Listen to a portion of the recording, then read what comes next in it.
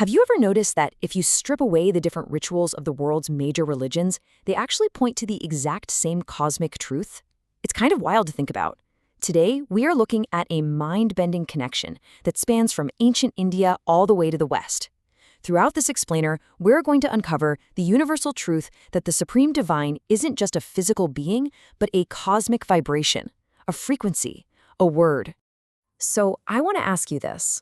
Are these vast, seemingly completely different spiritual traditions actually pointing to the exact same underlying architecture of the universe? Think of this explainer as a cosmic detective story. We're going to dig into ancient texts, linguistic theories, and cross-cultural practices to see if reality itself is fundamentally built out of sound. Let's start with Western theology. If you open the Christian Bible to the Gospel of John, chapter 1, verse 1, it doesn't open with physical creation. It doesn't start with rocks or water or light. It opens with this exact phrase: "In the beginning was the Word, and the Word was with God, and the Word was God." Physical creation didn't start with a thud, it started with a voice. To really grasp what's going on here, we have to look at the original Greek text. The term they used for word is logos. Philosophically, it means cosmic reason, the divine frequency that literally spoke the universe into existence. It's not just a written message, it is a dynamic, creative frequency that contains the very life principle of the divine.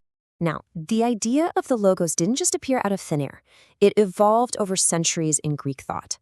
Around 500 BCE, the philosopher Heraclitus viewed the logos as divine law, the highest rule of the cosmic process. He even compared it to fire, like a constant, ongoing metamorphosis. Then, by the 1st century CE, the Jewish philosopher Philo of Alexandria saw the logos as the ultimate bridge between a transcendent God and our material universe. Shortly after that, early Christianity adopted the term to explain how the eternal God actively creates and reveals himself to all of humanity. Okay, let's dive into this, because the plot really thickens when we compare this Western concept with something thousands of miles east and thousands of years back in time. We are pivoting to the ancient Vedic texts of India. In these ancient texts, we find a concept that is breathtakingly similar to the West. The Sanskrit term is Vak, or Shabda Brahman. Grammatically feminine, Vak signifies the sacred, primeval, creative word. It represents the supreme reality manifesting not as some physical building block, but as a transcendental sound, an eternal vibration that actually precedes physical reality. And this Eastern cosmic frequency is wrapped in a syllable that almost everyone has heard: Om, or Aum. In the Upanishads, which are the philosophical core of Hinduism, this eternal, mystical syllable isn't just a chant to help you relax in a yoga class. It is literally understood as the sonic emanation of the universe. It is the primordial sound from which the whole creation came. I want you to really think about the weight of that for a second. The Mandukya Upanishad, verse 1, states it explicitly: Om, this entire universe is that syllable.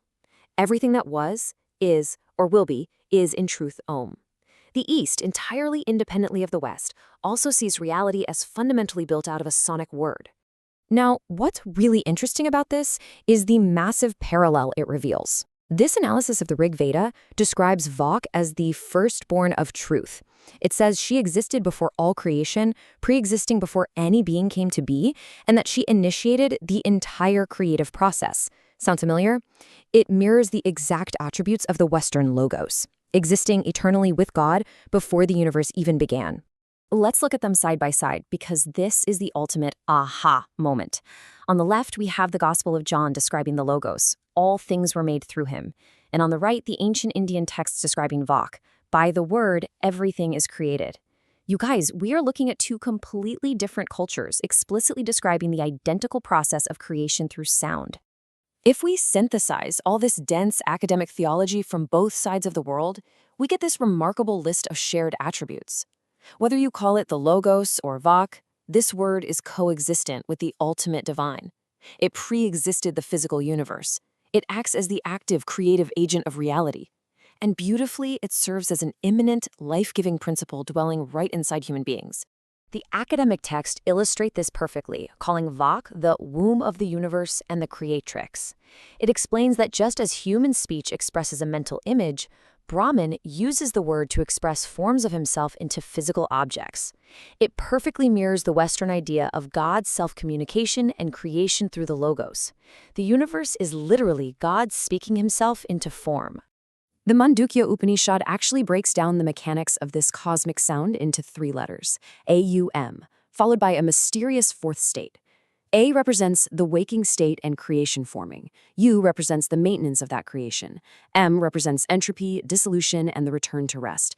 And finally, the silence that follows the sound, Turiya, represents the absolute unmanifest reality. That vibration literally sounds out the birth, life, and death of the entire universe. Let's move on and see how this builds, because this concept only gets deeper. The Eastern concept of the word descends through 4 distinct levels. It starts at the highest, completely inaccessible cosmic frequency, down to illuminated inner thought, then mental articulation, and finally down to the intoned outer word, the human word that you and I speak and hear. Just like the Western logos taking on human flesh to dwell among us, the cosmic vibration steps down to make itself accessible to humanity. There's even an ancient linguistic theory in India for this, called sphota. The word literally means to burst forth. It describes how a fixed concept in a speaker's mind travels as a sound wave and then bursts into meaning inside the listener's mind. So think about this. Every single time you speak and are understood, it is a miniature version of the universe bursting into existence from the mind of the divine. How cool is that? And this isn't just some abstract philosophy either. There are real-world applications happening right now. In India, there are Christian ashrams that actively fuse these traditions. Anthropological research shows these communities chanting Om during their daily prayers. They recognize that this primordial sound from which all creation came is entirely akin to the word of St. John's Gospel. They're using the material culture of the East to express the profound theology of the West. We see this supreme reverence for the word again in the Bhagavad Gita, where Lord Krishna directly links his ultimate supreme nature to this primordial sound. In chapter 8, verse 13, Krishna explains how a soul can actually merge back into the ultimate source. He says, chanting the sacred syllable Om, the cosmic manifestation of the Supreme, and remembering me, will attain the supreme goal. Across eras and languages, returning to the ultimate source means tuning into this exact creative frequency. Now, to look at this impartially, there are for sure differences in historical application here. For instance, in the Vedas, Vak is often personified as a feminine queen among gods, and the word is shared in various forms and degrees. Meanwhile, in the Gospel of John, the Logos becomes a specific historical human being. So the rituals and the specific theologies definitely differ. Yet the underlying architecture, a universe built, sustained, and revealed by a divine word, remains spectacularly identical. Think about the weight of that. Different eras, different languages, and completely different cultures.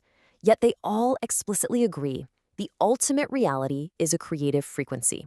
Whether you call it the Logos, the Word, or Om, the message is identical. Creation didn't start with a FUD, it started with a voice. Thank you so much for joining me on this explainer. I'm going to leave you with this final thought, and I'd love to hear your take in the comments. What do you think? Is this all just a cosmic coincidence? Or is it a universal truth left behind for us to decode? Let me know.